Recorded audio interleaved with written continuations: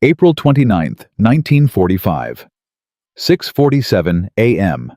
A German guard lit a prisoner on fire. Not by accident. Not in a battle. He walked up to a starving American soldier who had collapsed near the fence, poured kerosene over his uniform, and struck a match. The man screamed. The other prisoners lunged forward. The guards raised their rifles. Nobody moved.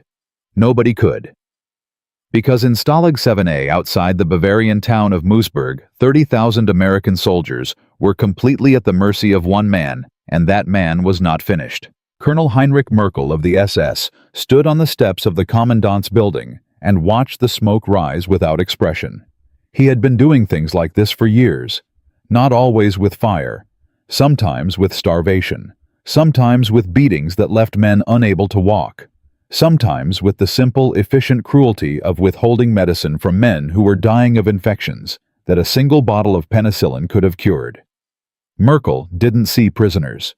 He saw leverage. He saw 30,000 reasons why the Americans would have to deal with him on his terms, even now, even with the war collapsing around him like a burning building. What Merkel did not know, what he could not have imagined standing on those steps in the gray Bavarian morning, was that 40 miles away, a 3-star general had just read a report about his camp, and that general's name was George S. Patton. And Patton was already reaching for his helmet. 30,000 men. That number is almost impossible to process. 30,000 human beings packed into a facility designed for a fraction of that number. Men sleeping in shifts because there was not enough floor space for everyone to lie down at the same time. Men eating rations that would barely sustain a child rationed further whenever Merkel decided someone needed to be punished. Men watching their friends die from typhus dysentery infections and the quiet grinding violence of prolonged starvation. Some of them had been there for years. Pilots shot down over Germany in 1943. Paratroopers captured at Arnhem. Infantry taken during the chaos of the Bulge. Men who had survived the most brutal fighting of the Western Front, only to end up in the dirt of a Bavarian field camp waiting. By April 1945, they had been waiting a long time. The situation in Germany that spring was one of total disintegration. The Reich that Hitler had promised would last 1,000 years was in its final days. Soviet forces were fighting street by street through the rubble of Berlin. Allied armies were sweeping across the West in unstoppable columns, liberating towns, overrunning airfields, and accepting the surrender of German units by the thousands. Most German commanders understood what was happening. They had seen enough. They wanted to survive, to go home, to put the whole catastrophic nightmare behind them. Surrender was not defeat anymore. Surrender was common sense. But the SS was different. The Schutzstaffel had been built on a specific kind of loyalty, the kind that did not bend under pressure, the kind that had been forged through years of indoctrination, violence, and shared complicity in acts that made retreat from ideology psychologically impossible. To admit that the Reich was finished was to admit what they had done in service of it. For men like Heinrich Merkel, that was not something they were capable of. Not yet. Maybe not ever. Merkel had joined the SS before the war. He had served on the Eastern Front, where the rules of engagement bore no resemblance to anything a civilized mind could accept. He had administered forced labor operations, where the mortality rate was not a tragedy, but a management calculation. He had watched thousands of people disappear into a system he helped run and felt no observable conflict about it. He was not a man who had stumbled into evil. He had walked toward it deliberately, embraced it, built a career on it. And now, in the final days of the war, with his superiors, fleeing or dead, with Berlin burning, with the entire apparatus of the Reich disintegrating in real time, Merkel had arrived at a decision. He would not surrender. The prisoners were his. The camp was his. His orders had been clear: hold. The prisoners used them as leverage for favorable surrender terms if the Allies came. But Merkel had taken those orders and bent them into something harder, something that came from the same place. All his decisions came from the absolute refusal to accept that he had lost. He told his officers that he would not release a single prisoner without direct orders from Berlin. His officers looked at each other across the table and said nothing, because arguing with Merkel was not something that extended your life expectancy. When elements of the 14th Armored Division of Patton's Third Army reached the outskirts of Moosburg on the morning of April 29th, they expected a routine liberation. They had been doing this for weeks, rolling up to camps, watching gates open, watching skeletal figures stumble toward them with hands raised not in surrender, but in disbelief. They expected the same here. They sent a delegation forward under a white flag, a standard request for the commandant to release the prisoners and formally surrender the facility. What came back was Merkel. He met the American officers at the gate in his full SS uniform medals, in place posture rigid, the very image of a man who had decided to perform his own mythology to the bitter end. He listened to the surrender demand with the stillness of someone who had already decided how this conversation would end.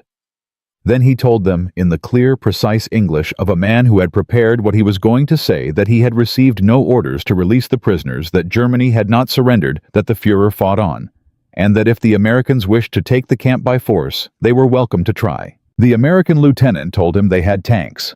Merkel told him that if they used them, the blood was on American hands, not his. He turned and walked back inside. The delegation returned to their lines, and within the hour, the report was moving up the chain of command at speed, because 30,000 American prisoners was not a situation any officer wanted to handle incorrectly. By the time the message reached Third Army headquarters, it had accumulated all the weight that 30,000 men and one fanatical SS colonel could generate.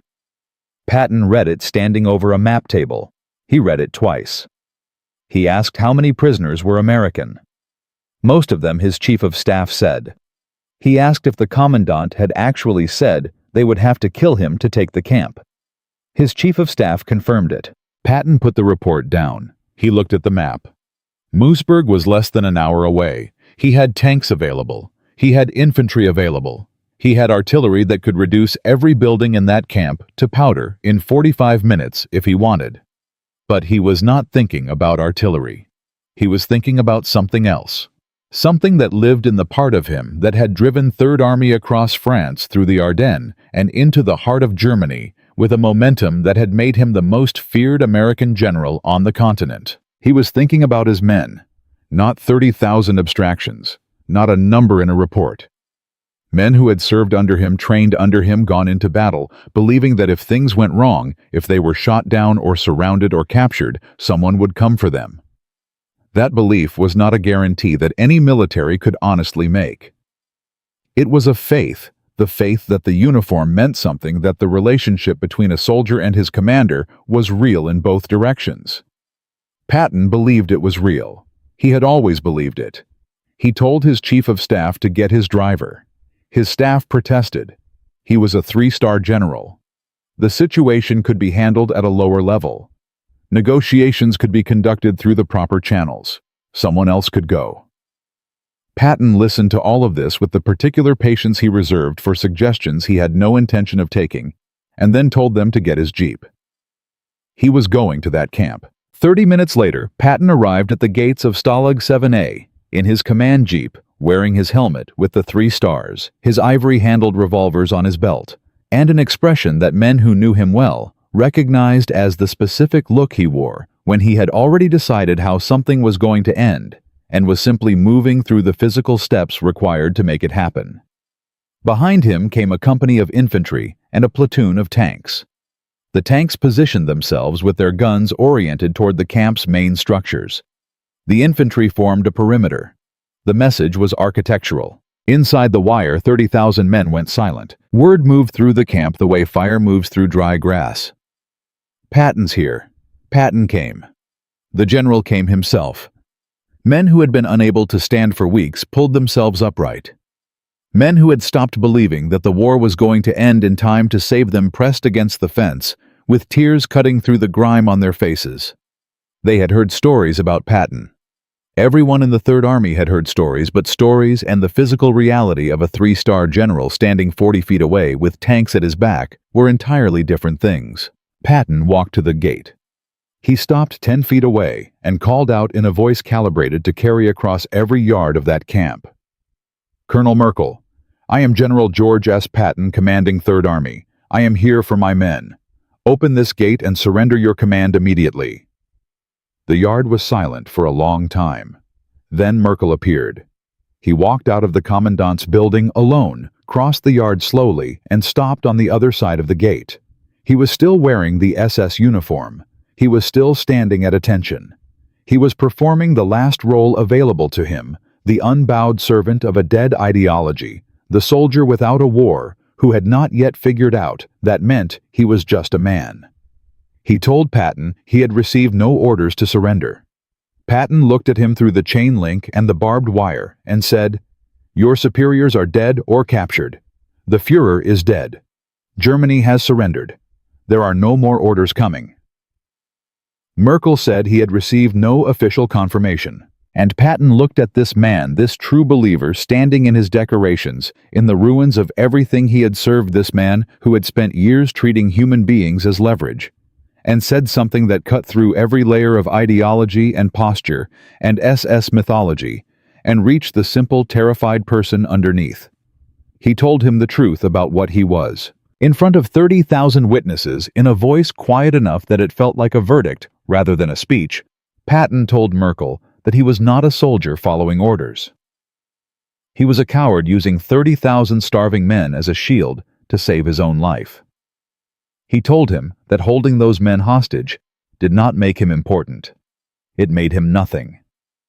He told him he had exactly two choices: open the gate and surrender, or force Patton to take it and spend whatever remained of his life being tried as a war criminal and hanged for what he had done. The camp waited. Merkel's hands were shaking. He had one question.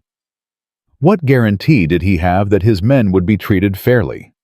Patton said they would be treated according to the Geneva Convention, which was more than Merkel had given the men he held. Then he told him to open the gate. And after a moment that lasted longer than any moment had a right to last, Merkel turned, walked to the guard tower, and gave a single hand signal. The gate swung open. Patton walked through. And 30,000 men who had stopped believing anyone was coming found out they were wrong. The gate had swung open. Patton had walked through. 30,000 men had erupted into sound that traveled across the Bavarian countryside like a wave breaking against something that had been holding it back for years. The war for the prisoners of Stalag 7A was over in that single moment. But for George Patton, something else was just beginning. Because when the general walked through that gate and actually saw what was inside, something shifted in him that would not shift back. He had liberated camps before. He had seen what the SS left behind when they ran. But Moosburg was different, because Moosburg was full of his own men, Americans who had gone to war under his command and ended up here, and what had been done to them had been done deliberately, systematically, by a man who was now standing 30 feet away in handcuffs, waiting to see what happened next.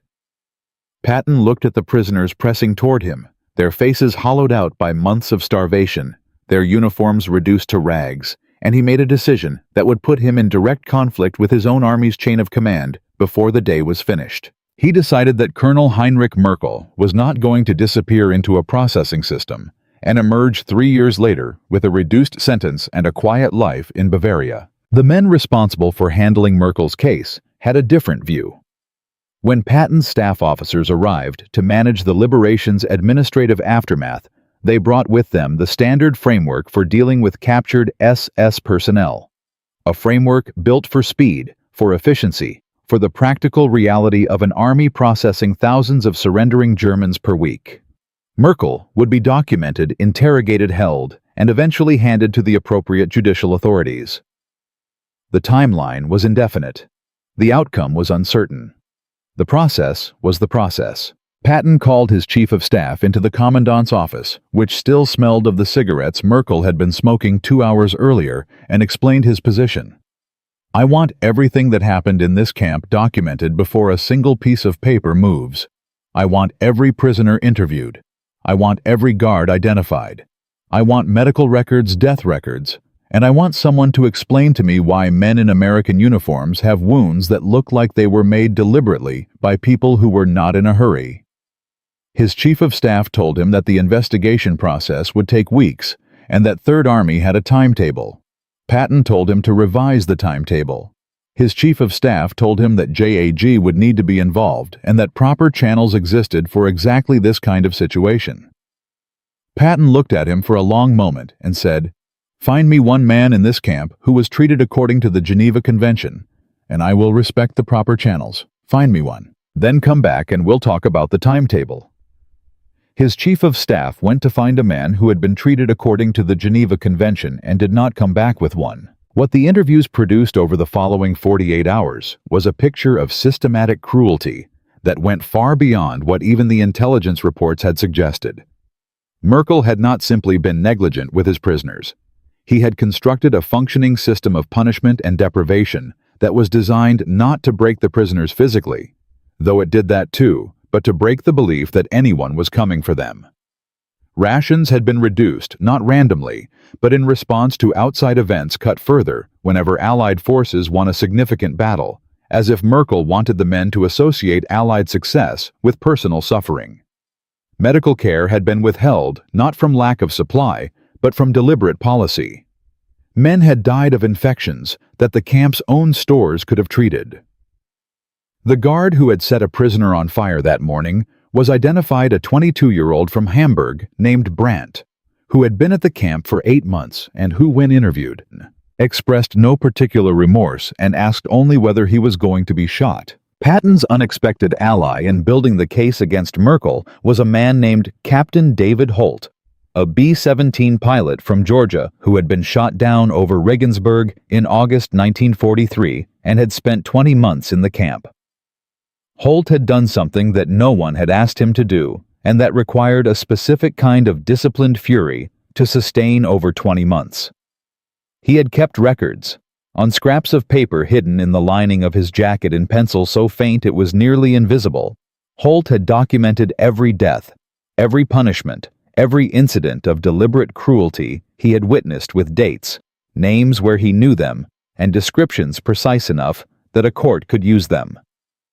He had 340 separate entries.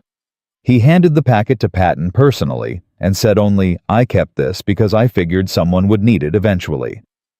I was starting to wonder if eventually was going to come. Patton looked at the packet for a long time. Then he looked at Holt and said it came.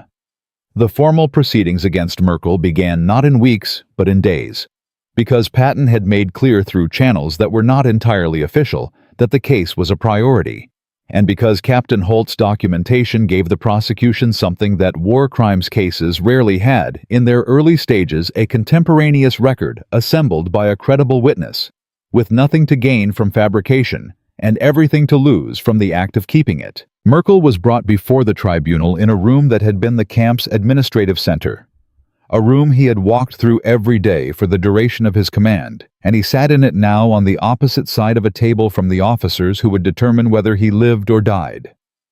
He had retained a composure that was almost impressive in its completeness. He sat straight. He answered questions in the same precise English he had used at the gate. He acknowledged nothing that was not already documented, and disputed several things that were. He said the word orders 11 times in the first hour. The prosecution put Captain Holt on the witness stand. Holt sat down, placed his hands flat on the table in front of him, and read from his records for 2 hours and 17 minutes without stopping. He read dates, he read names, he read descriptions of what had been done to men. He had known men who were alive in some cases and in other cases were not. He did not raise his voice. He did not editorialize.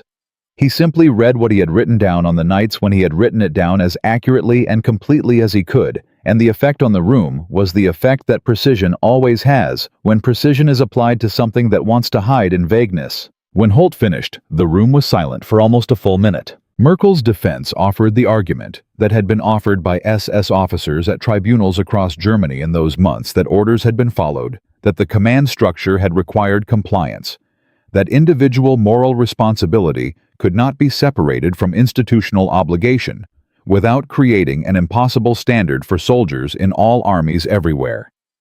It was not an argument without logic. It was simply an argument that collapsed completely when placed next to 2 hours and 17 minutes of Captain David Holt reading from a jacket lining. The tribunal deliberated for 4 hours. Merkel was convicted on 6 counts of war crimes. He was sentenced to 25 years imprisonment. He would serve 12 before dying of a heart attack in a West German prison in 1957. A fact that produced in the men who had survived Stalag 7. A range of reactions, some feeling it was insufficient, some feeling it was enough, and some feeling nothing at all because they had spent considerable energy learning not to feel things about Heinrich Merkel. The liberation of Moosburg and the subsequent proceedings had an effect that extended beyond the 30,000 men who walked out of that camp. It became within Third Army a kind of reference point, a demonstration of what it meant when a commander treated the obligation to his soldiers as personal rather than procedural. Other units talked about it. Other generals heard about it. The image of Patton at the gate alone in front of the SS colonel, refusing to negotiate and refusing to leave, moved through the army the way certain images do not, as propaganda, but as evidence. Evidence that the relationship between a commander and his soldiers was supposed to run in both directions. Evidence that rank was not just authority, but responsibility. Evidence that when the system failed, the individual soldier, which it did regularly in every war, there were still men who would drive 40 miles in a jeep and stand at a fence and say, "I am here for my men, open this gate." Patton wrote one line about it in his diary. The army was already planning his next assignment, the occupation of Bavaria, the management of a destroyed country, the 1,000 administrative problems of a war that was finished militarily but would take a decade to finish in every other sense. There were larger things ahead. Larger problems, larger stages. But somewhere in Bavaria, 30,000 men were eating their first real meal in months. And in a jail cell, Colonel Heinrich Merkel was sitting with the understanding that there was no order, no ideology, and no piece of paper from Berlin that had protected him from the moment Patton decided he was coming through that gate. The question now was, what would happen when the men responsible for the decisions made above Merkel, the men who had built the system that produced him, the men whose offices he had reported to, and whose orders had set the conditions for everything Captain Holt had written in that jacket lining, what would happen when those men sat down at their own tables across from their own tribunals? That answer was coming. And it would be more complicated, more contested, and in some ways more disturbing than anything that had happened in a single camp outside a Bavarian town called Moosburg. Because Merkel had been easy to identify. The men above him would prove considerably harder to catch. The gate at Moosburg had opened. 30,000 men had walked out. Colonel Heinrich Merkel sat in a cell waiting for a tribunal that Patton had personally ensured would happen quickly and completely. Captain David Holt's records had given the prosecution exactly what it needed, and the case was moving. But news travels faster than justice. Within 72 hours of the liberation, the story of what had happened at Stalag 7A had moved through the Third Army's communications network and into the broader Allied press corps.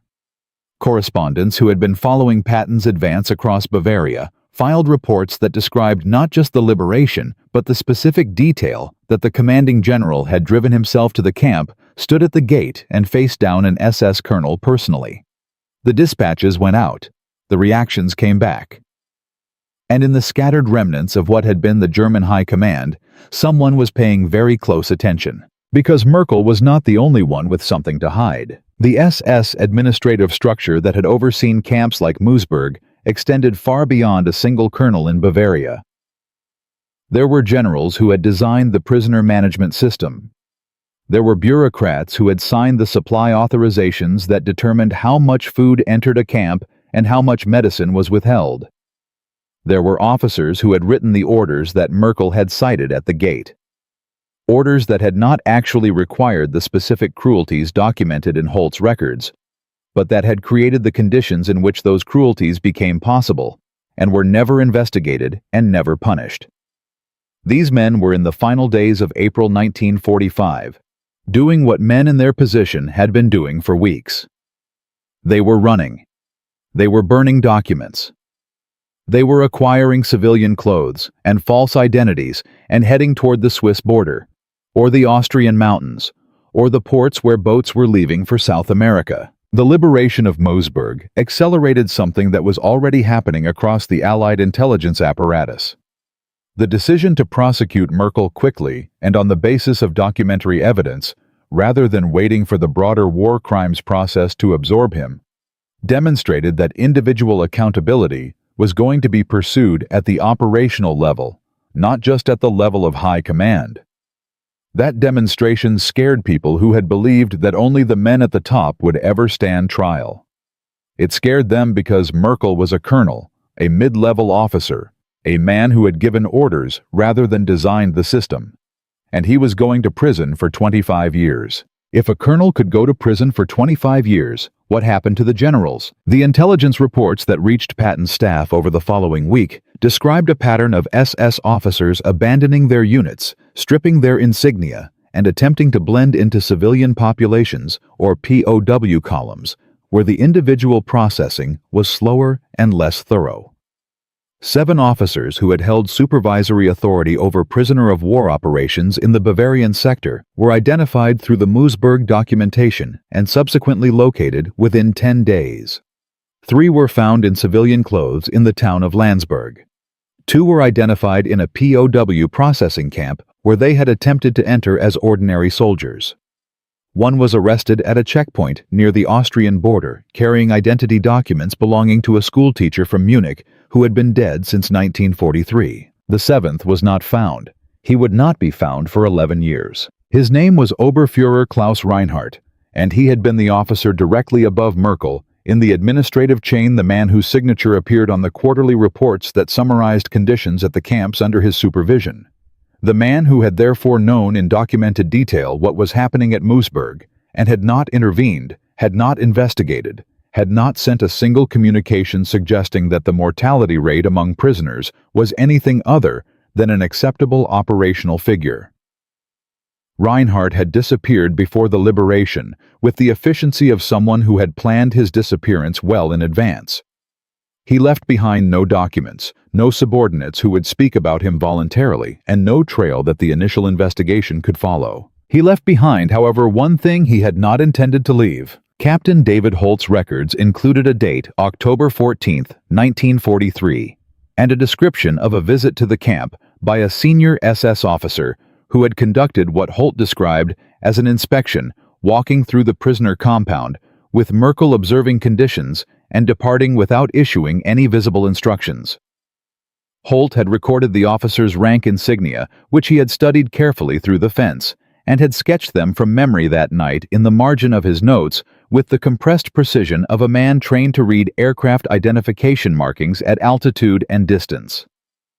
The sketch was accurate enough that a military intelligence officer identified Reinhardt's rank insignia from it within 48 hours of examining the documentation. It was a small thing. It was enough. The search for Reinhardt became one of the early cases that shaped how the subsequent denazification investigations would operate because it demonstrated that the documentation assembled by prisoners themselves, informal, unofficial, created under conditions of extreme risk, by people with no legal training and no investigative authority, could be as legally significant as anything produced by official channels.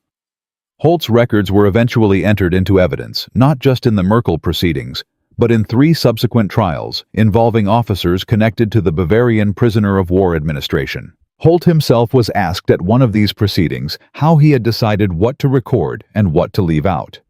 He was quiet for a moment before answering. He said that he had tried to write down everything that a decent person would want someone to know, and that he had written it the way he would want someone to write it if the situation were reversed clearly, without extra words, in a way that left no room for the reader to pretend they hadn't understood. The proceedings against Merkel concluded on May 19, 1945, 11 days after Germany's formal, unconditional surrender on May 8. The conviction came after 4 hours of deliberation. The sentence was read in the same administrative building where Merkel had conducted the business of running his camp for the duration of his command. He received it with the same rigid composure he had maintained throughout. He did not speak during sentencing. He did not look at the witnesses who had testified against him. He looked at a point on the wall approximately 2 feet above the presiding officer's head, and kept his eyes there until he was escorted out. The men who had survived Stalag 7A and remained in the area for the proceedings watched him leave. Some of them had waited a very long time for this specific moment, and now that it had arrived, it was as such moments often are smaller and quieter than the waiting had led them to expect. Justice in a courtroom is necessarily procedural, necessarily restrained, necessarily conducted according to rules that prevent it from becoming something else. What those men had survived had not been procedural or restrained, and the distance between those two things does not close simply because a verdict is read. What closed it partially imperfectly was something that happened 3 days after the conviction. Patton arranged for a formation. Not a ceremony with speeches and medals, but a military formation, the kind that has a specific language visible only to those who understand it. He had the liberated prisoners of Stalag 7. A. Those who were physically able to stand, formed up in the field outside the camp. He had them formed up properly in ranks in whatever approximation of uniform they could assemble, because forming up properly was the thing that distinguished soldiers from prisoners, the thing that Merkel had spent years trying to take from them. Patton walked the line. He did not give a speech. He walked the line the way a commander walks the line, looking at each man, acknowledging each man moving at a pace that said, "These are individuals, and I see them as individuals." It took a long time. 30,000 men, or as many as could stand, is a very long line. He walked it anyway. When he reached the end, he turned and said 4 words loud enough for the formation to hear. "You did your job." That was the entire speech. The formation was dismissed.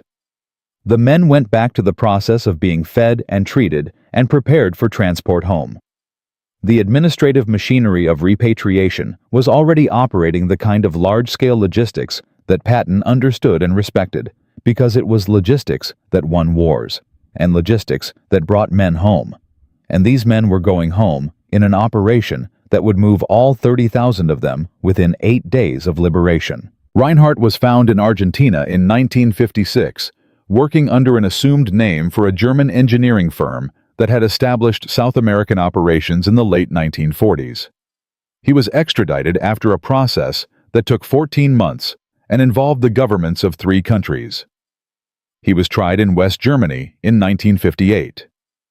The prosecution's case included Captain Holt's sketch of his rank insignia, by then a 72-year-old piece of paper that had spent years in a military archive, and before that had spent 20 months in the lining of a flight jacket belonging to a B-17 pilot from Georgia. Reinhardt was convicted on 4 counts.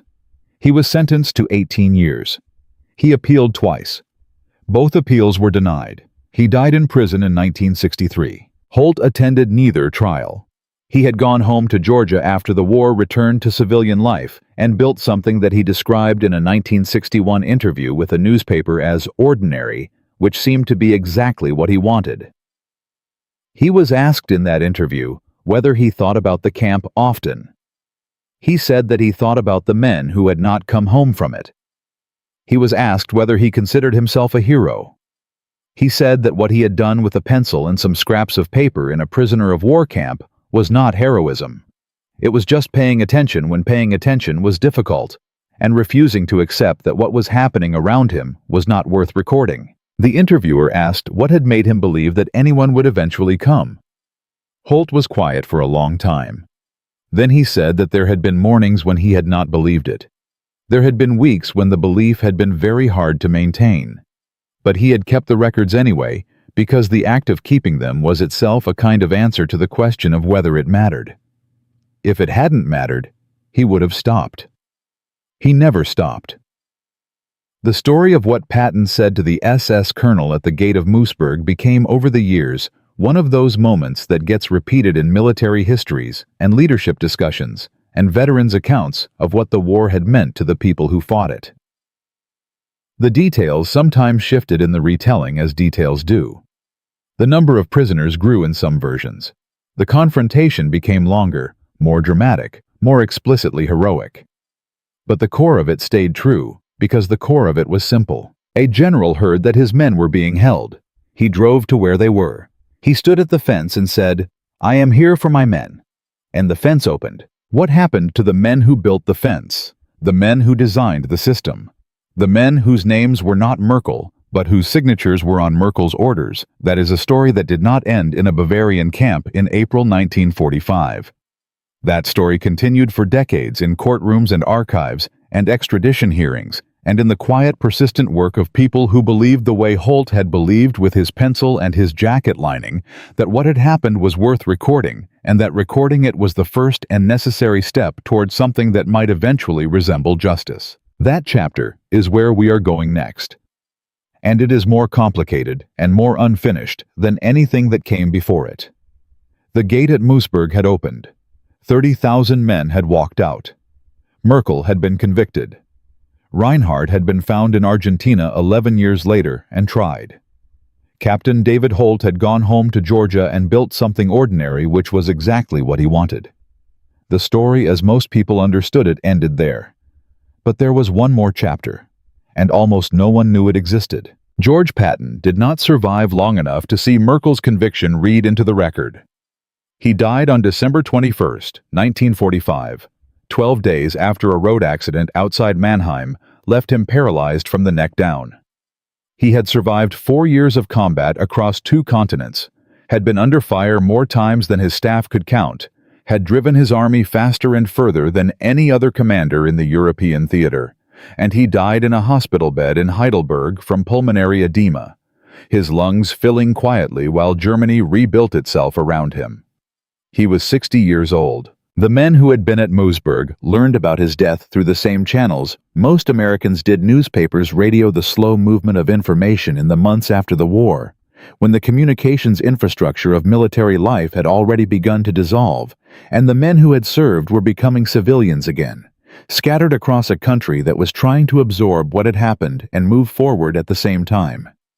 The reaction among the survivors of Stalag 7A was not the abstract grief that public figures usually receive. These were men who had been standing in a prison yard when Patton's jeep pulled up.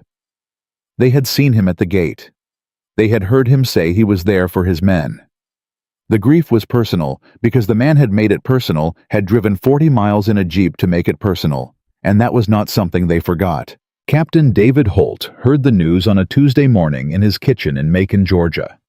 He had been back for 7 months. He had not spoken publicly about the camp, had not given interviews, had not attended any of the early veterans' events that were already beginning to organize themselves in the towns and cities across the South. He was, by his own description, working on being a person again, which was harder than it sounded, and took longer than anyone who had not done it could reasonably imagine. When he heard about Patton, he sat at his kitchen table for a while, without doing anything, and then he went to the drawer where he kept the copy of his records that the military had made before retaining the originals, and he put it on the table in front of him and he looked at it. He kept it there for 3 days. He never explained why exactly. In the 1961 interview, when the newspaper reporter asked about it, Holt said only that it seemed right to let the documents sit out for a while, given the circumstances. He said Patton had made it possible for those records to mean anything, had made it possible for the tribunal to happen at all, and that acknowledging that felt important, even if the acknowledgement took a form that no one else would ever see or understand. That was the kind of man David Holt was. Precise, private, and quietly certain about what mattered. The records themselves had a longer life than either Holt or Patton. After the Merkel trial and the subsequent proceedings involving the other officers identified through the Moosburg documentation, the originals were transferred to military archives, where they remained accessible to researchers, but largely unexamined for more than 3 decades. In 1979, a historian writing about prisoner of war conditions in the European theater located them in the National Archives, and recognized their significance, not just as evidence in the specific cases they had supported, but as a document of a particular kind of human behavior under extreme conditions. The historian wrote about them at length, and the writing brought a modest amount of attention, and Holt, then 62 years old and retired from the insurance business in Macon, gave his first extended interview about his time at the camp. He was asked many questions. The one he answered most carefully was about the decision to keep records in the first place, about what had led him to start, and what had led him to continue through 20 months of conditions that would have provided ample justification for stopping. He said that it had started as a way of staying disciplined, of giving himself a task that required precision and memory and care, because those were skills a pilot needed, and he had been afraid of losing them. But somewhere in the second winter, it had become something else. It had become, he said, a form of argument. An argument against the idea that what was happening did not matter. An argument made to no one in particular in pencil on scraps of paper, on the premise that argument itself was worth making, regardless of whether anyone would ever hear it. This is the part of the story that the military histories do not usually include. They include Patton at the gate, which is worth including. They include the tribunal and the conviction, which are worth including. They include the numbers 30,000 men, 25-year sentence, 12 years served 11 years before Reinhardt was found. The numbers are real, and they matter, and they should be recorded. But the part that made all of it possible was a B-17 pilot in a prison yard deciding that what was happening around him was worth writing down, and continuing to write it down through 2 winters and a summer, and another winter, and another summer, in conditions designed specifically to make the belief that anything mattered very difficult to sustain. The innovation that changed Moosburg was not a weapon. It was not a tactic. It was not a piece of technology that could be reverse-engineered, or copied, or improved upon by the other side. It was the decision of one man to pay attention when paying attention was dangerous and uncomfortable and served no immediate practical purpose that he could identify. It was the decision to keep a record when no one had asked him to keep one, when keeping it put him at risk, when the audience for it was entirely hypothetical and might never materialize. The lesson that military historians have drawn from Moosburg is usually about leadership, about what Patton's decision to go to the camp personally demonstrated about the relationship between commanders and their soldiers, about the power of presence over procedure. That lesson is real. Patton's willingness to drive 40 miles and stand at a fence and make the liberation personal rather than administrative mattered enormously to the men who were there, and it matters to anyone trying to understand what effective command actually looks like in practice. But there is a second lesson that gets less attention, and it is in some ways more applicable to people who will never command an army or stand at a gate or face down an SS colonel in the final days of a war. It is the lesson of Captain Holt's jacket lining. It is the lesson that documentation is a form of courage. That paying attention when the world is trying to make you stop paying attention is a form of resistance. That the act of recording what is happening accurately and without embellishment on the premise that someone will eventually need to know is one of the most consequential things an ordinary person can do in extraordinary circumstances. Holt never thought of himself as having done anything remarkable. He said so in 1961, and he said so again in 1979, and the consistency of his self-assessment across nearly 2 decades suggests that it was not false modesty, but genuine conviction. He had kept records because keeping records was what the situation called for. He had handed them to Patton because Patton was the person who could use them. He had testified because the testimony was needed. He had gone home to Georgia because that was where home was. He died in 1987 at the age of 70, survived by his wife of 41 years and 3 children, all of whom knew broadly what had happened in Germany, but had not for the most part heard the details from their father directly. The details were in the 1961 and 1979 interviews, which are held by a university archive in Atlanta. They are available to researchers. Most people have never read them. Here is the thing that almost no account of Moosburg includes the detail that sits in the military records, and the trial transcripts, and the archive interviews, and has never quite made it into the version of the story that gets told at veterans' events, and in history textbooks, and in the dispatches that the correspondents filed in April 1945. Holt began keeping his records on October 15, 1943, the day after Reinhardt's visit. The day after the SS Oberfuhrer walked through the compound with Merkel, observed everything, and left without issuing a single instruction about what he had seen. Holt wrote about it in his first entry. He wrote that a senior officer had come and looked and gone away, and that the going away without doing anything was in his estimation the most frightening thing he had witnessed since being captured. More frightening than the violence, more frightening than the food shortages, more frightening than the guards. Because violence and hunger were direct, were legible, were at least honestly what they were. But an officer of that rank walking through and seeing and leaving was something else. It was the system explaining that this was not a problem, that this was the intended condition, that no one above Merkel was going to intervene because no one above Merkel considered intervention necessary. That was the day Holt decided to write it down. Reinhardt's visit. The visit that Holt documented in the entry that eventually helped identify him and contributed to his conviction. 15 years later was the direct cause of the records that dismantled the case he had assumed his rank protected him from. He walked through that compound and saw a prisoner watching him through the fence, and he did not think about what the prisoner might do with what he had seen, because prisoners were not considered capable of doing anything consequential with anything. He was wrong about that for exactly the same reason that Merkel was wrong when he stood at the gate and told Patton they would have to kill him first. They had both constructed a version of reality in which the people on the other side of the wire were not going to be a problem. They had both failed to account for what people do when they are determined to matter. From a prison yard in Bavaria, with a pencil and some scraps of paper, David Holt argued against the idea that what was happening did not matter.